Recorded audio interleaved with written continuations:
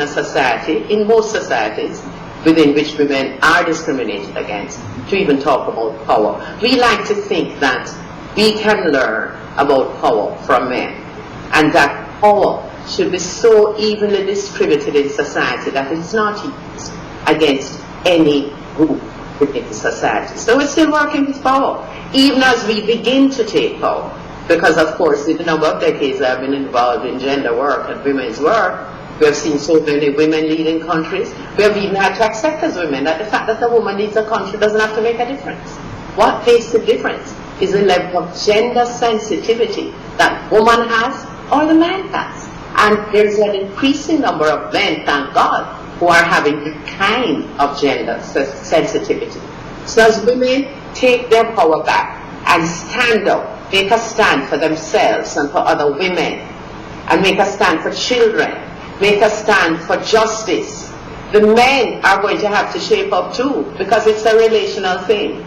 Women can't stand up and men not react in a particular kind of way. So it's a fabulous world. I just love it. I love the dynamism of it. And let me tell you, there's nothing more exciting than being in transformation work, because no matter which stand you take for yourself, a lesson is going to turn up for you that day to test you. You're always being tested. Suppose for example, let me give you an example of my life and how it is now. When I'm driving down to work at 5 o'clock, I say to myself, what am I creating today? I actually ask it at the beginning of the program, what are you creating? What am I creating today? Because that reminds me that I am a creator. You know, not the opposite, which would be, oh God, am I going to go in there and say how many people have died last night? It's going to depress me. What am I creating today? Because the essence of transformation, as I said earlier, is to look at the circumstances around you. Don't deny them, but recognize that by pushing through them, you can have a breakthrough into creating something different. So when you get overwhelmed by these circumstances, the question to ask is, all right, now what can I do? What can I do about it? And that puts you into a totally different realm.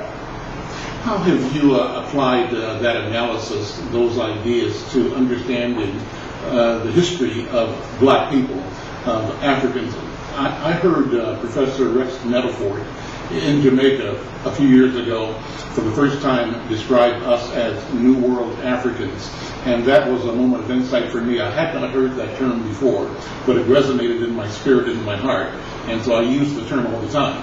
But as we discuss this question of transformation and of gender sensitivity, how do you look back at history and look at our people and our ancient history, and how do we apply, engage, and move the best and the strengths that we are rediscovering toward building a future that reflects all of our potential?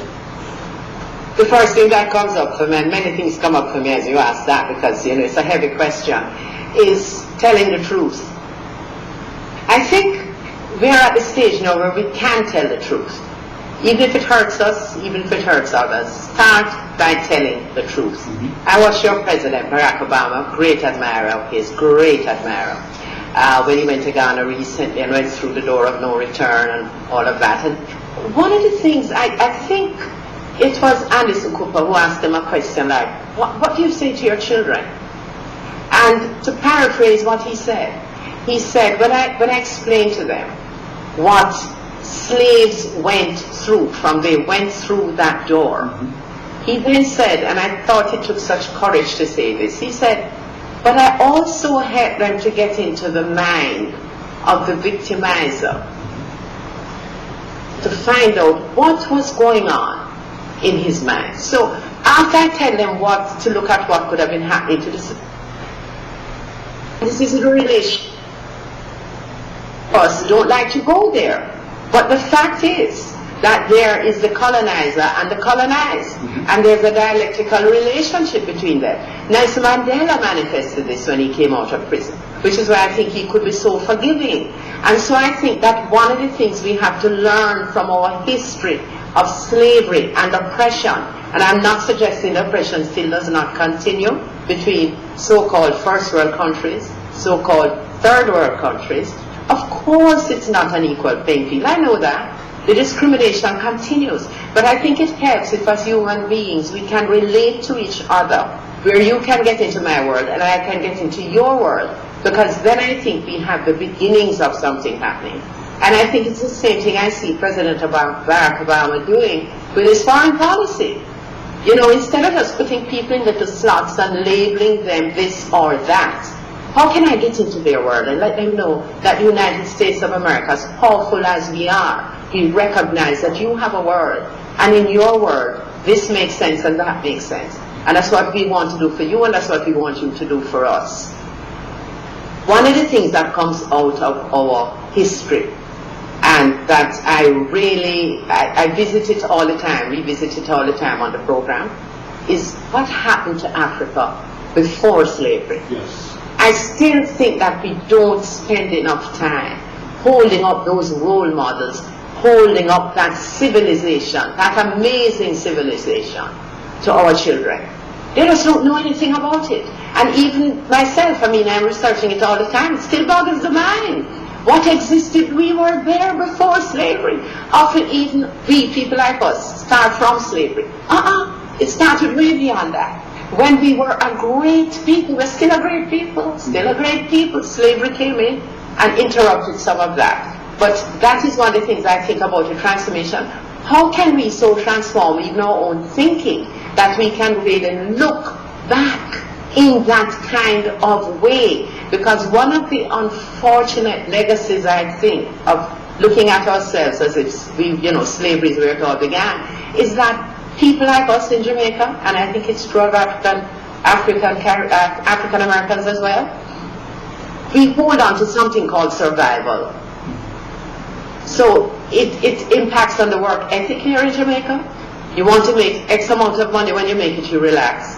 So even the way I was born, I grew up in my own family. My mother, bless her heart, she always said you must give service. Money is the root of all evil, that kind of stuff. And so there is still that tendency among us as a race not to earn, not to be prosperous. That's one of the truths I want to put on the table. It's okay to be prosperous. It's a choice.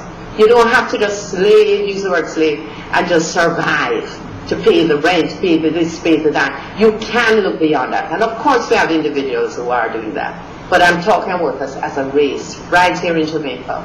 The productivity problems we have here, the work ethic problems we have here. Because people feel, once you're on a certain point, it's okay. And I think that's a legacy, a direct legacy from slavery, when so many of our foreparents had to just do so many things just to survive.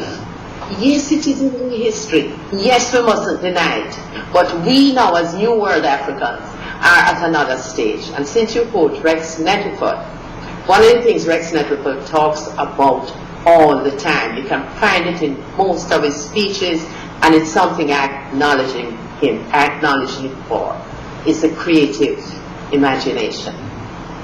We, as a race, have become so stuck in survival that we don't even have time to think that we have a creative imagination. So, again, to go back to transformation, we are relying all the time on the five senses. And what the five senses tell us is important, but extremely limited. What we don't know is what we don't know. What is in the creative imagination? That is where the spiritual thing comes from. That is where with God all things are possible. And when we recognize that we have a creative imagination, that is when we can literally create our world. Globalization, what does it mean then in the context of this conversation? As we started off talking about the presence, the prowess of Jamaican culture, Jamaican people on the world stage, what does globalization mean in terms of business and opportunity, maybe as a strategy, one of the strategies for the re-emergence of our African identity and our civilization globally? What do you think? Globalization, there's no doubt that it's largely inimical to third world countries. Because it's not a level playing field. We know that. Michael Mann used to talk in the 70s about how much more money we had to pay to import a tractor vis-a-vis what they were paying us for our raw materials. There's no balance there. At that time, we used to talk about a new international economic order, NIEO. I mean, we're still